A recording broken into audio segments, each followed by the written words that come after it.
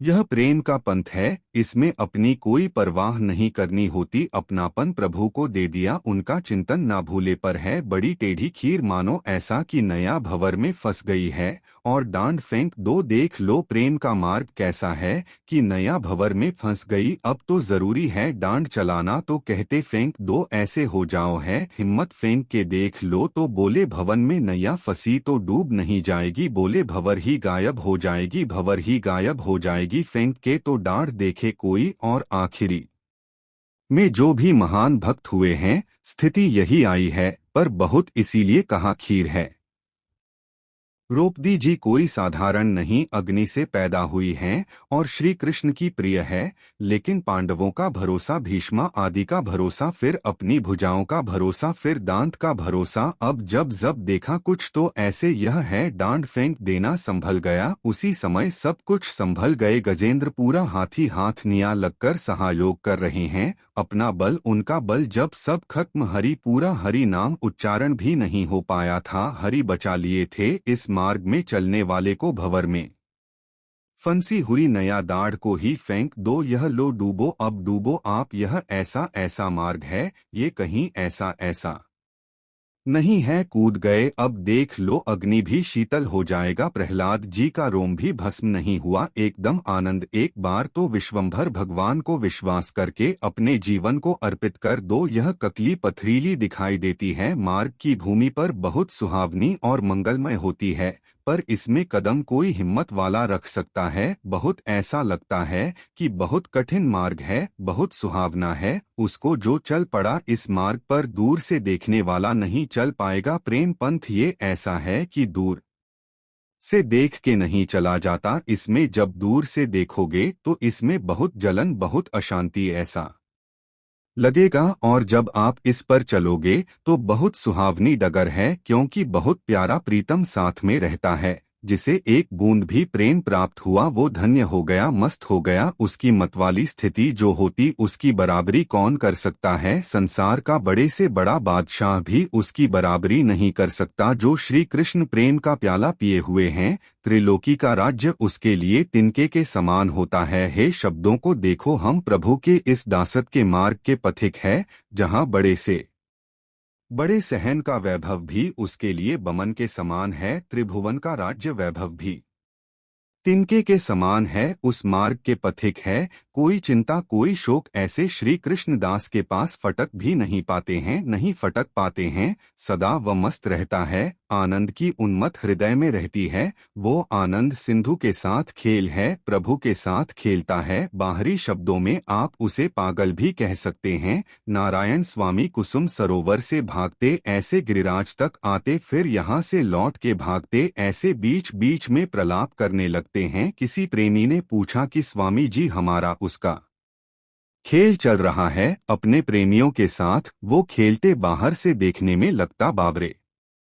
कैसे बावरे दौड़ रहे हैं, प्रलाप कर रहे हैं, नाराज हो रहे हैं, सामने कुछ दिखाई नहीं दे रहा तो पागल तो लगते ही हैं, लेकिन उनके सामने उनके आराध्य देव होते हैं, बड़े भाग्यशाली जन होते हैं, जो ऐसे संतों का सानिध्य प्राप्त कर पावे, ऐसे जो महान भागवत पुरुष होते, इन्हीं के दर्शन और संभाषण स्पर्श से प्रेम जागृत होता है, प्रेम के लिए कोई और साधन मार्ग नहीं है, रेमन रस कन संग बिन रंच न उपजे प्रेम, प्रेम की बराबरी कोई नहीं कर सकता, चाहे वह ब्रह्मा सुख मोक्ष सुख जीवन मुक्त अवस्था कोई भी हो, क्योंकि प्रेमधन भगवान उसके हाथ की कठपुतली बन जाते हैं, ध्यान दो उल्टा हो गया, पहले क्या था उमादार जो सित किनाई सब न चावत राम गोसाई, अब उल्टा क्या हो गया, प्रेम के हाथ बिक जाने वाले प्रभु उस भक्त के हाथ की कठपुतली है, जहाँ चाहे जैसे चाहे वहाँ प्रभु को प्रकाशित कर दे, जहाँ चाहे घोर पापा आत्मा सामने है, अगर उसका भाव बन जाए तो प्रभु को वहाँ हृदय में प्रकाशित होना पड़ेगा, क्योंकि भगवान उसके हाथ की कठपुतली है, पर उसका हृदय ही नहीं रह जाता है, हृदय ही प्रभु बन जाते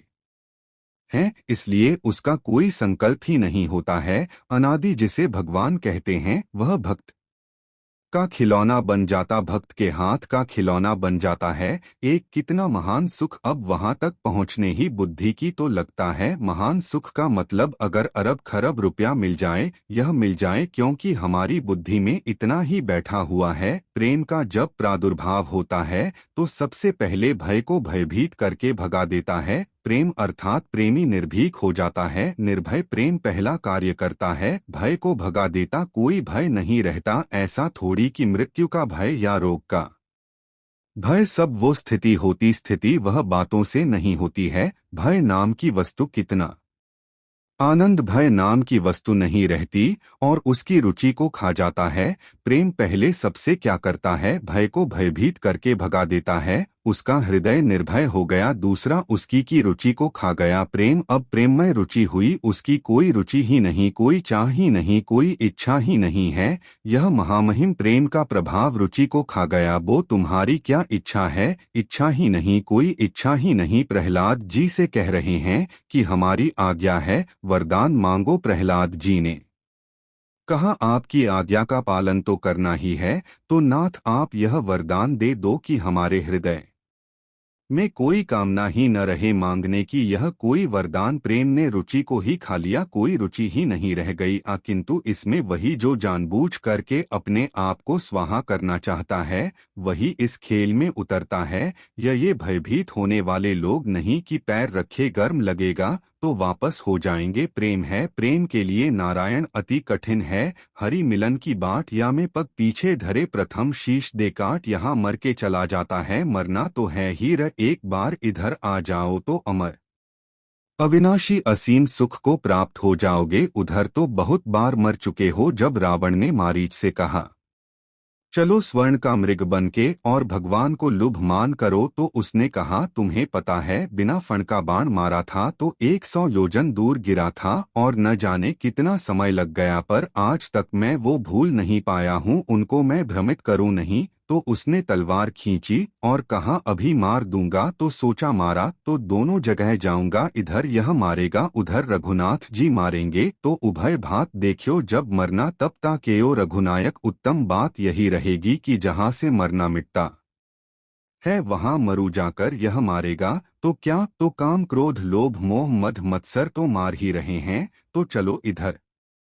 आते हैं, थोड़ी जलन सह लेंगे, क्योंकि इनको जब हम स्वीकार नहीं करेंगे तो जलाएंगे, पर फिर वह जलन सदा सदा के लिए शांत हो जाएगी। असीम आनंद का अनुभव होगा। जो प्रेम की इस वृत्ति में अपने मन को साना चाहता है, तो उसे पहले अपने हृदय में किसी का भी प्रेम ना रह जाए, ऐसा खाली करना होता है। यह सहयोग प्रेमी जनों के द्वारा होता है। हृदय में देखो शांत होकर कौन है तुम्हारा प्रभु। जब उत्तर आए प्रभु क्या है तुम्हारे पास प्रभु, अब आप प्रेम मार्ग के पथिक हो रहे हैं, पर अंदर झांक के देखो ना कहीं कोई न कोई बल पकड़े रहता है। मन इसीलिए प्रेम में नहीं डूब पाता है। इस मैदान में चलने वाला चूक नहीं करता। चूक क्या होती है, अनंत असीम जिसकी महिमा है।